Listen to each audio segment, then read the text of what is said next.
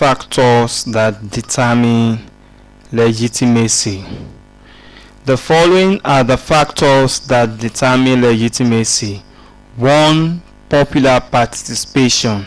For a political system to be legitimate, the following interest groups, such as the pressure groups, etc., must be allowed to take part. This gives the system the required acceptance by the population. By the populace. Of course, we also have popular support. The government must receive the popular support of the citizen before it becomes legitimate. In a democratic system, the party that receives the greatest support in elections forms the legitimate government. Good government. These are called legitimacy, especially government that meet up their expectations of good government. Of course, foreign diplomacy. The foreign policies adopted by the government of a country determine the legitimacy of other states' will according to short government. When we examine popular participation, for a political system to be legitimate, the various interest groups, such as pressure groups, civil society organizations, of course political parties, must be allowed to take part, and this gives the system the required, that is the government, the required acceptance by the populace. Of course, popular support. The government must receive the popular support of the citizen before it becomes a legitimate. That is more the reason in democracy, leadership will only be given to the political party candidates that secure the highest total number of vote cast, because that's what legitimacy is saying. And many governments of the world have always tried not to encourage demonstration, because if we continue to have massive demonstrations, it means government is losing popular support.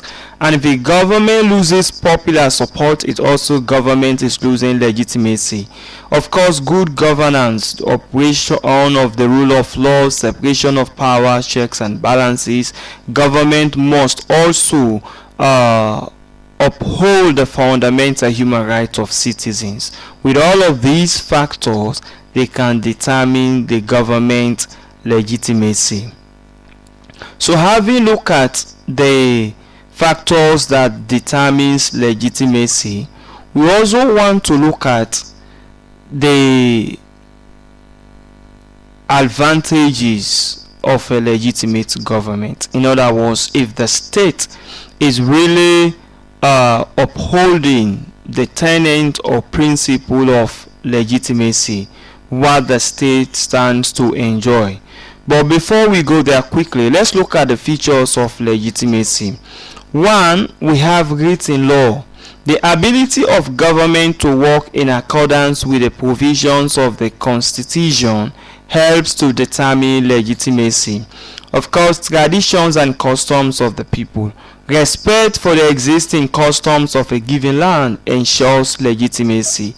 In other words, the government must rule based on the established provisions of the Constitution, and government continues to uphold the existing laws of the land or the customs of the existing customs and traditions, then of course the government will be sure of a legitimacy.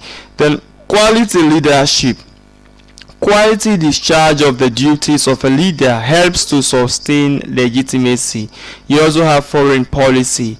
The level of policies limited by a country determines acceptance by other countries. Political participation. When government involve most sections of the people in governance through appointment, legitimacy is sustained. So when the government is forming a holistic cabinet, it should be inclusive, regional balance. You should have people from the north, the south, the east, the northwest, the western areas. When that happens, you've almost included everybody into the governance system. That can also ensure legitimacy. So these are some of the features of a legitimate government. Of course, the rating, the ability of government to work in accordance with the provisions of the constitutions helps to determine legitimacy. The traditions and customs of the people, the quality leadership, political participations. So when government observed most of these things, then we can now say, oh, this government is a legitimate government, or the government is also upholding to the tenet of legitimacy. So let's look at the advantages of running a legitimate government, what the state stands to enjoy or benefit if it is a legitimate government. 1. Legitimacy encourages political stability in a state. When the citizens see their government as legitimate body, majority will voluntarily obey his law, that is the president. This reduces disobedience to the laws of the state. If a government is not a legitimate, the government will find it extremely difficult in order to ensure compliance on the part of the citizens. Of course, another important advantages of running a legitimate government is that strikes and violent demonstrations will be less, that is non-existent. Of course, the use of coercion or force by the government to control the populace will cease, and the government will strive to protect the rights of the citizens and provide more essential services in the state. So now we've looked at the good thing the state stands to enjoy if it's practicing a legitimate government. So let's look at another very important concept we call sovereignty. Sovereignty may be defined as the absolute power of the state to exercise supreme legal authority over its own affairs within its territory without any form of external control.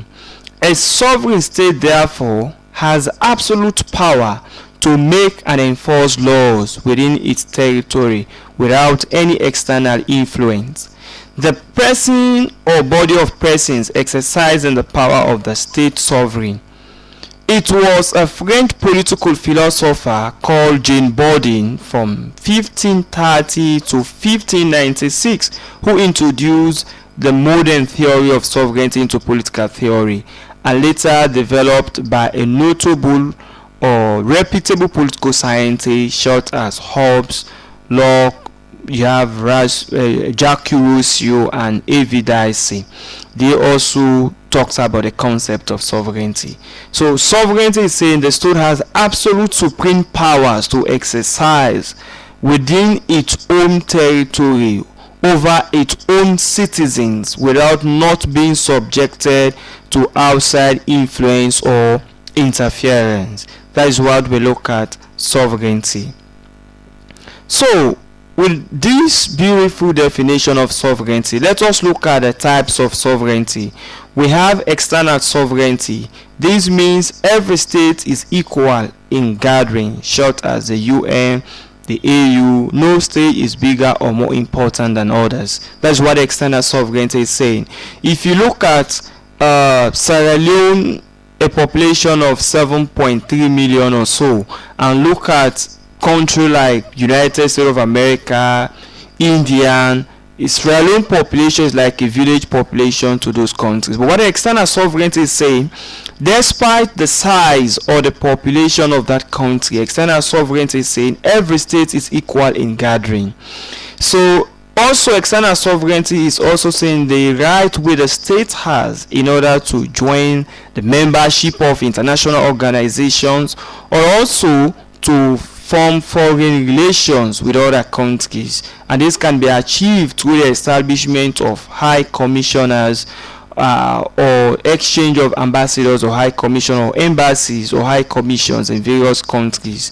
That is what we call external sovereignty. We also have internal sovereignty.